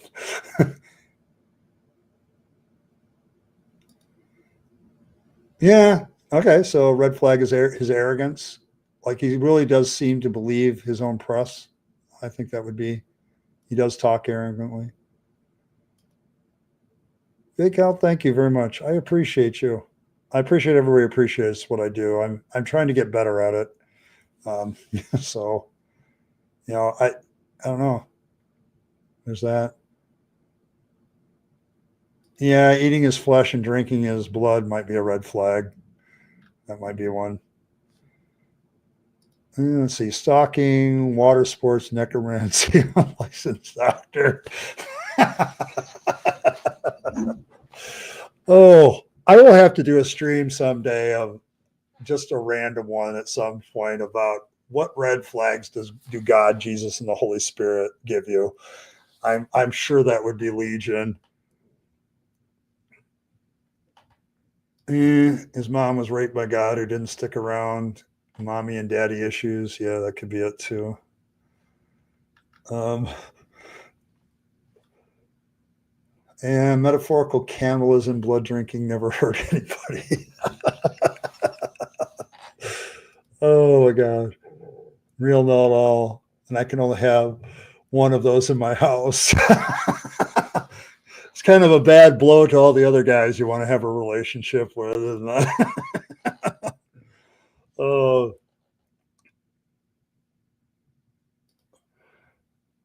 yeah. His dad is all butthurt about Adam and Eve stealing fruit, but will crucify his kid to make everything better. Yeah, yeah, yeah. Free will of God. Not really. I don't think this video ever dealt with it. I'm.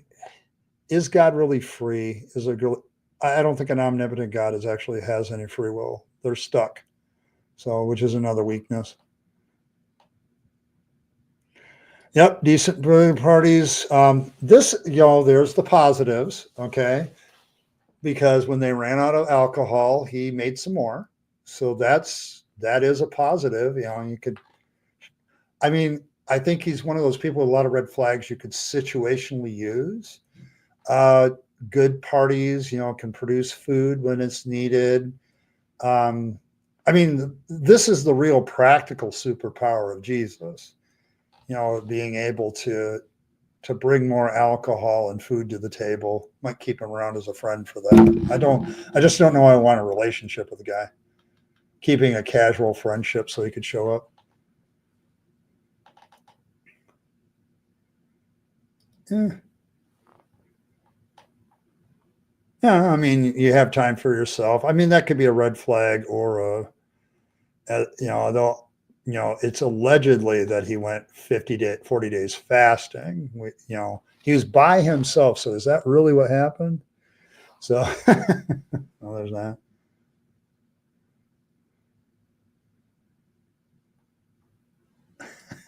Stay out of trouble. Yeah, that's probably true. Yeah, I'd rather get nailed with the boys than stay out of trouble. I guess I think that's probably a good one. That's another red flag. I'm not sure. I don't think so.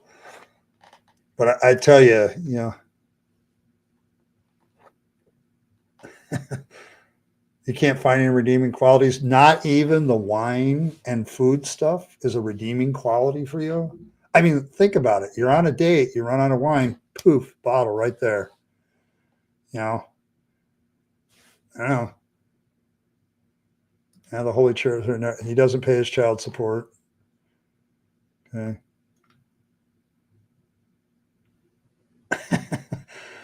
It kind of that's bullshit. Okay. The big thing is the context because it basically the head waiter says, "No, wait a minute. Usually we save the good wine for later, for early in the minute, and then we bring out this cheap shit that'll just get people toasted and they don't care anymore. You guys save the good wine for later." He's talking about the alcoholic content and how it tastes. It's wine. There's a lot of people that try to get past that. That's the teetotaler influence of the U.S. when they were going through prohibition. You don't really see that doctrine too much before then. So yeah, water walking. He always seems to be going into bad social situations where people want to get violent too. I think that's a die. Always look at the bright side of life. Great song. And the context of that is just brilliant.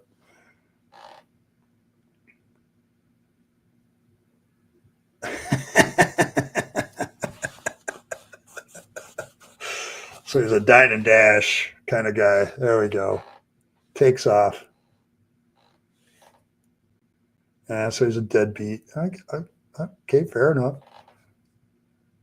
Yeah, lazy, still too lazy to get his own house. There you go.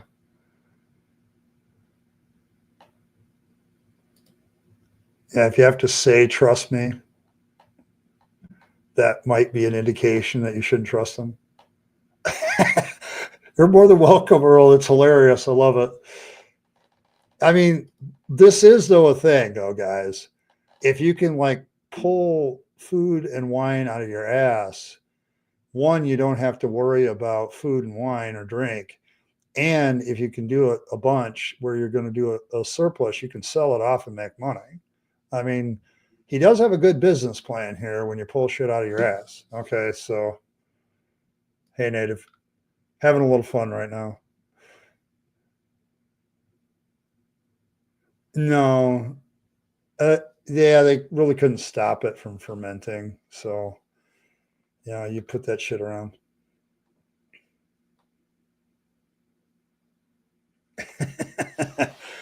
Jesus looks like the kind of guy who doesn't flinch an eyelash, breaking my will and destroying my independence. Major red flag. Yeah, you have to kind of accept the bond slave thing. Okay, with Jesus, like you have to become a bond slave of Jesus Christ, willfully become his slave. So BDSM much, and without a safe word, I think that's a fair red flag. I mean, I get some people are in that, but still. Yeah, it's unimaginative. I mean, we could argue that maybe he could do something else, like, but I mean, wine, bread, and fish isn't a bad staple if that's all you got, but still.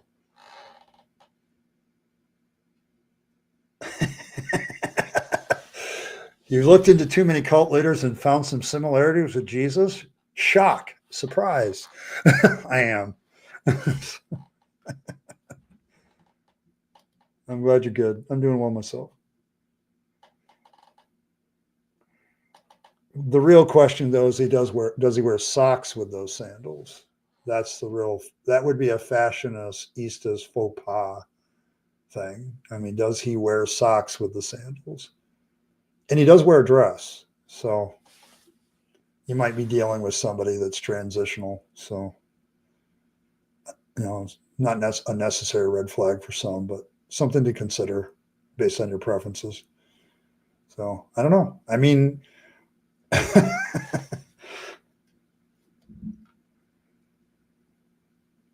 yeah, I don't think I would either. So you're a lurker? Okay, fair enough. McJesus is the next global franchise. McJesus, try our wine, try our bread, try our fish. Yes, McRib. That does give that a whole new meaning. It really, really does.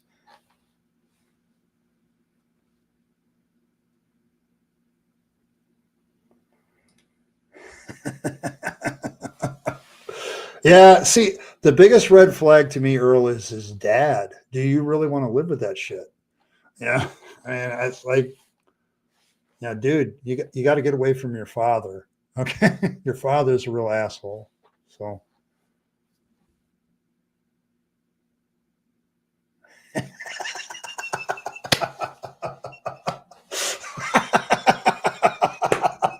oh, there's so much validity to that.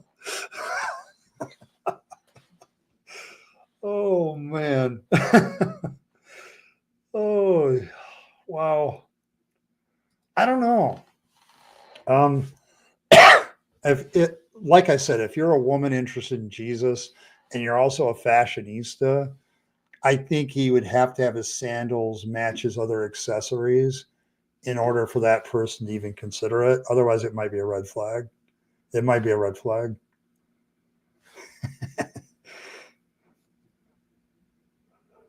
Oh, yes, it was. That was great. Oh man, yeah, it's the guy. Gene. It's still awesome. Oh, I don't know what Jesus's pronouns would have been. I know the Bible uses he, him almost exclusively when referring to God, although it doesn't do it with the Holy Spirit, which makes me wonder about the Holy Spirit. I mean, I mean, if you really think about it, the idea of a mother goddess that comforts us and takes care of us and heals our boo-boos um, is pretty common in most mythologies. But if you've lived with this, Yahweh gets rid of his consort goddess, Ashtaroth, for all these centuries, then you can't have that. So you just create a member of the Trinity that's very mother-like, but we don't call her a she. So that's the issue. So is the Holy Spirit not only just sometimes female, but completely gender fluid? Is the Spirit completely gender fluid? It's a great question. So, yeah, because obviously, duh. It's like, yes, that's another issue. You know, I mean, it all depends on how you think Mary got impregnated. It says the Holy Spirit came upon her. Okay, so I have questions with the idea of something coming upon somebody and making them pregnant. Okay, so, and the power of the Most High will overshadow you. So it indicates a very intimate event. So I have questions about God's sperm and what the nature of it is. So, yeah, they, if it's a Trinity, yeah, that's valid.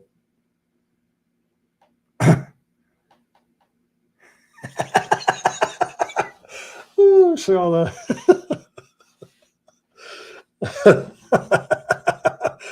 Oh yes, yes. About being heavier is just saying. That's probably true. Yeah, but you gotta watch those cannibalistic rituals in a guy, even if they're just metaphorical. So I don't know. this whole part of the stream is just proving what I've always known, is I have a lot of characters in my chat. So, but yeah, I mean, I'm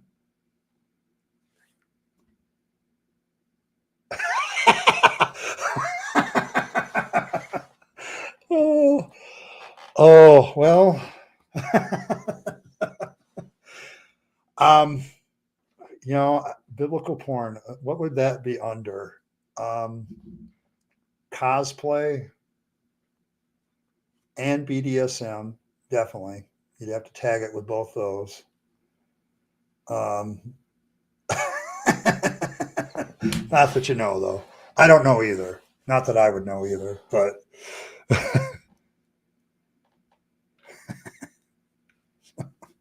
but I don't know.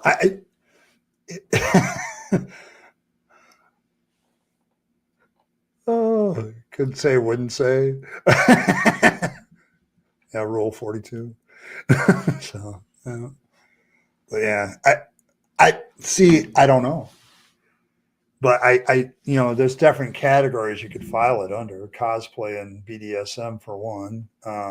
Especially if you're going to reenact like Jesus on the cross with his, that's definitely a BDSM situation. So,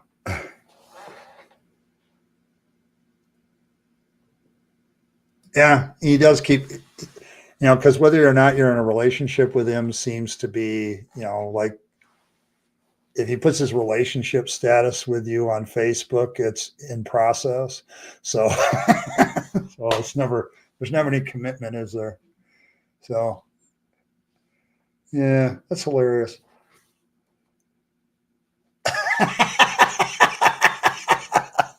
All right, so now you're going to do some internet searches. Is there biblical porn? And somebody who is going to tell me whether there is or not tells me a whole bunch of other things. Yep, see? Yes, a ghost coming on a teenage virgin. That is very pervy. But yeah, it's like the biblical account that we have in that verse in Luke, in that whole passage in Luke, basically says the Holy Spirit will come upon you and the power of the Almighty will overshadow you. That kind of indicates close-up contact to me. I mean, at least like Zeus, the stories of Zeus are a little bit more honest, and turns back into a human or stays the animal. I mean, bestiality is definitely part of Greek mythology. That's for damn sure. Yes, Judas kissed him goodbye. So it is possible that Jesus is bi. So there's that. Isn't that the truth? I don't want to read or look it up. I imagine it'd give him a much funnier picture anyway. Oh. That's why I appreciate you, Michael. Holy cow. What happened, Kristen? What happened? Inquiring minds want to know. Well, let me guess. There is such a thing. Oh. She's a freak and you're here for it. Yeah.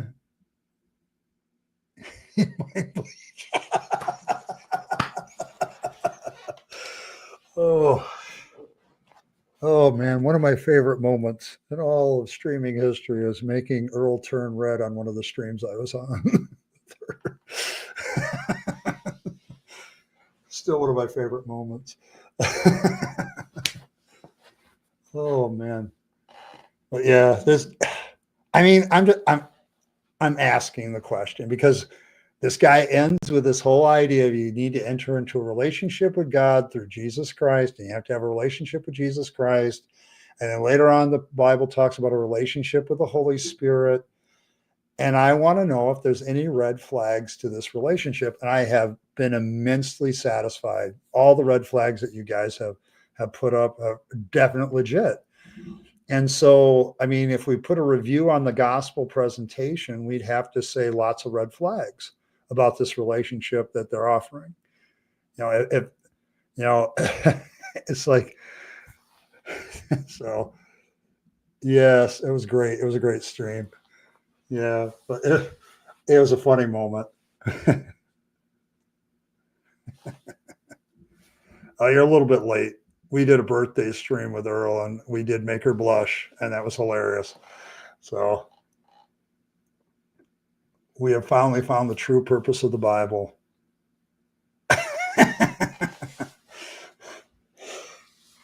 And we found the true purpose of the Bible, and it all leads to biblical porn. That's what happens. Yes, we made you turn red several times. It was a good moment. Good moment. I mean, I turn red too. People get me too, but it's like, and I take that in stride. But man, you know, yeah,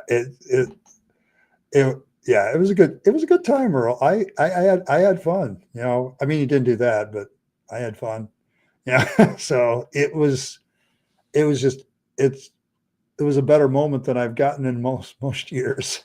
Okay. So, and yeah, yeah, we kind of figured.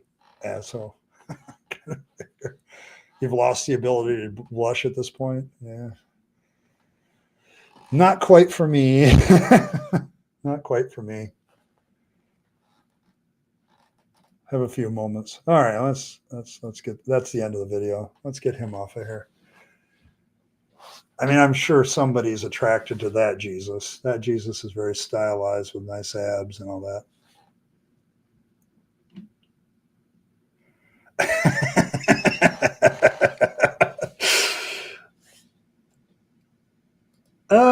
If I can.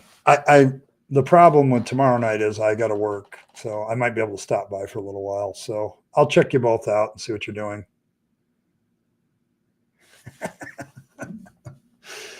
Oh.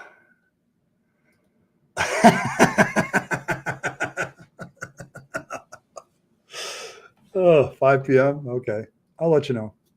I'll be there. I won't. Depends. Depends on what I'm doing. I got videos to make, so got stuff to do. But I'll do some. I'm going to try my scripts for next week tonight. So 5 o'clock. All right, there we go. So, which channel? Assholes or yours, Earl?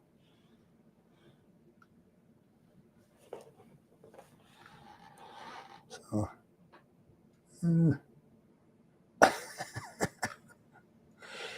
oh, but this has been a great dive into the gospel message and its ultimate conclusion. I would have to say that I'm still disappointed. Oh.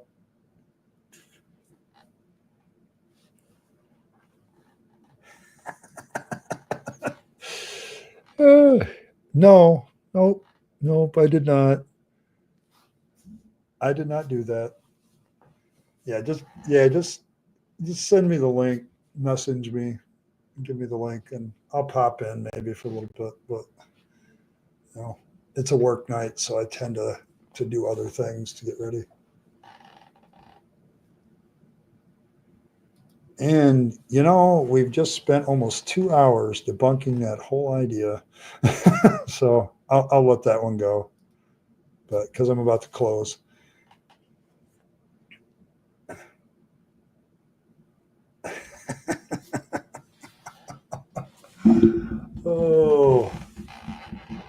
Oh my goodness.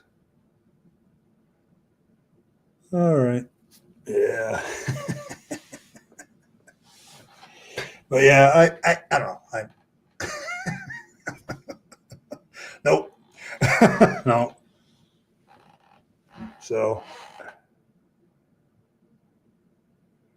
I'm not the one that asked the question. It's in the video title of the guy I reacted to. So if it's a silly question for me to ask, was it a silly question for the Christian who made the video that we reacted to tonight to ask? Because he's the one that asked the question. I'm just reacting to his video. Yes, I am now turning pink. I am turning pink. Yeah, I'm going to call it a night, guys. We've been at this for 2 hours and I'm enjoying it, but my social anxiety is hitting a level that I can feel it inside. And even though I'm enjoying myself, it's going to hit me eventually. So I do want to check out before that. But thanks everybody for coming out. If you have any more comments, just put them in the comments. Do all the things that you do. Make sure you hit the like button, do all the things, and all that stuff. Yeah, we're not going to do the baby eating stream. Yeah, it was fun, guys. Appreciate you. Yeah, atomic rabbits. Just remember, the rabbit particles are there. So, yeah, I'm going to go unwind. Good night, rabbit community. Yes, all of you. Take care. And yes, Michael, take care, guys. Sorry that you had to do some research there, Kristen, that shocked you forever. So, oh, yeah, this was a blast. Thank you very much, Earl. Yes, hit all the buttons, people. Appreciate all of you. Thanks for coming by. Hit the like button. Do all the things. I appreciate it. Been a great week for the channel, so thank you very much. Oh, I didn't quite announce that we broke 5.5K, so only 4.5K to go to get to the end of the year for subs. So thank everybody who recently subbed. Appreciate all of you.